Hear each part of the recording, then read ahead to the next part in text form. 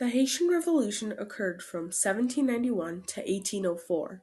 It happened in the French colony Saint-Domingue, which is now known as Haiti. The Haitian Revolution would go on to be the only successful slave revolt in history, ultimately leading to the creation of Haiti as the first independent black republic. It was a powerful example of resistance, courage, and the fight for freedom, and its impact is still remembered today. In the colony of Saint-Domingue, society was divided, but not united. Four groups struggled for power, rights, and freedom. So let's see who they were.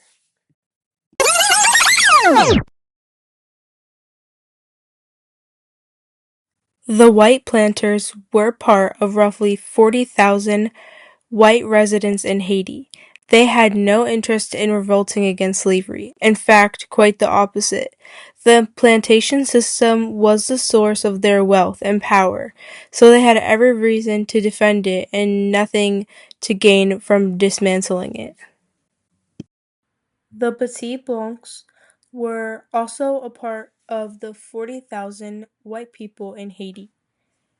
They were your typical working class, with most of them being artisans, shopkeepers, and teachers.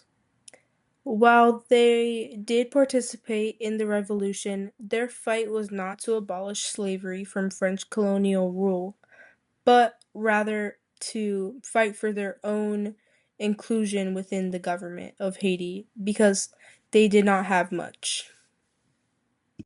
The free black people were estimated at around 30,000 and were half black and half Malto. Their class varied widely because some were even wealthier than the white Petit Blancs. Despite this, they were denied basic rights, and what they wanted was civil rights and political equality as promised under the Declaration of the Rights of Man. They eventually joined the enslaved people in revolution to pursue racial equality, united by their shared African descent. The enslaved people were the largest group of the Haitian Revolution, estimated at around 500,000 individuals.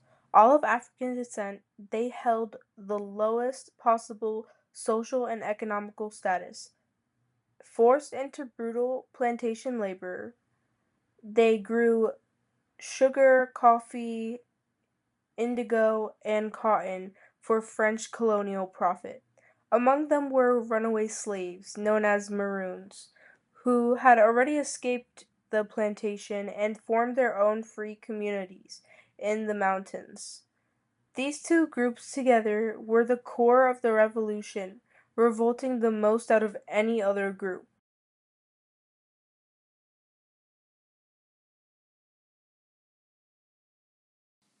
To understand why this revolution happened, it's important to look at what life was like in Saint Domingue before the uprising. At the time, Saint Domingue was one of the most profitable slave colonies in the world, producing vast amount of sugar, coffee, and other profitable goods.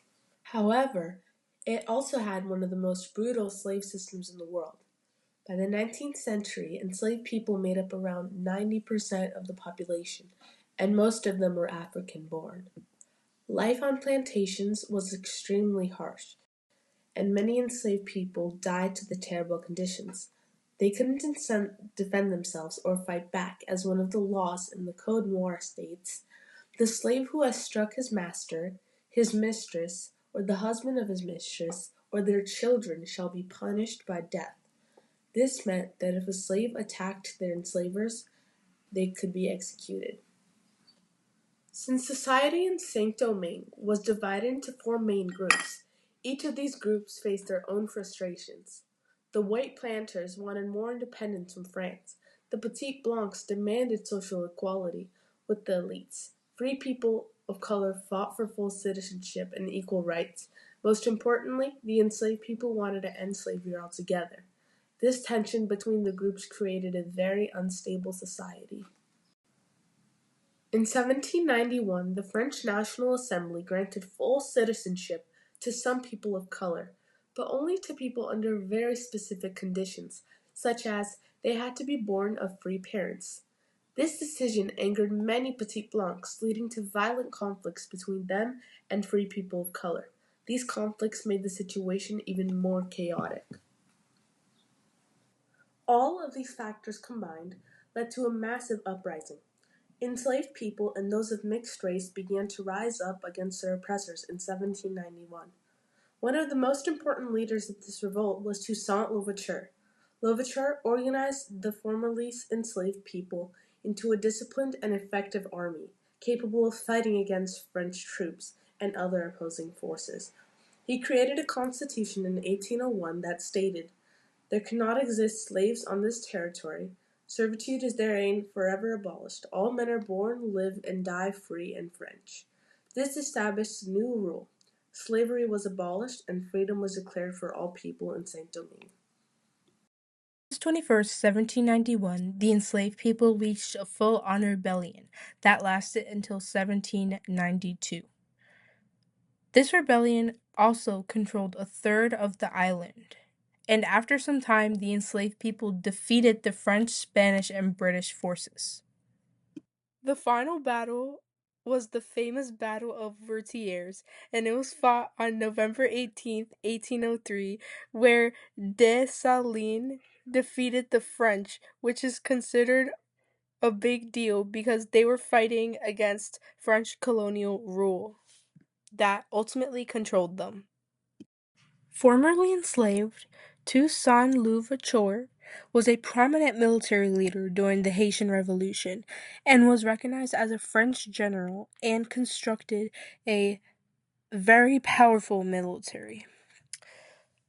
Louverture also strategically switched alliances, first allied with Spain, then France, in 1794 when France abolished slavery.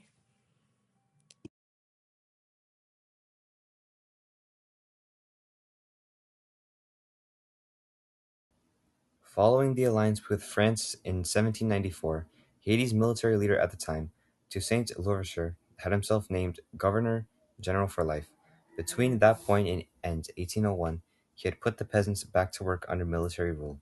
He was then captured in December of 1801 by Napoleon. This was done in hopes of him being able to maintain control of the island and thus attempted to restore the old regime and bring Europe back into control. As such, Toussaint was imprisoned and brought to France, where he later died on the 7th of April, 1803. Following the imprisonment of Toussaint Louverture and the break of the alliance between Haiti and France, Toussaint's lieutenants Jean-Jacques Dessalines and Henri Christophe resumed the war against France in 1802. They were joined by other mulatto leaders who were also furious over France's reestablishment of slavery in Guadeloupe and Martinique. Following the revolution, French King Charles X agreed to formally recognize Haiti as an independent nation if the country paid them 150 million francs in response to the change Haiti had went through from first being a French slave colony to being a more independent nation. However, because of the war, Haiti was now under severe international isolation and economic struggles.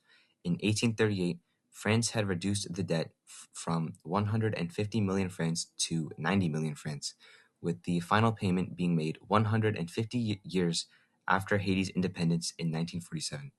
Today, the Haitian Revolution continues to inspire social justice movements around the world, and the revolution's emphasis on the power of gathered action and the importance of challenging opposing systems remains quite relevant today.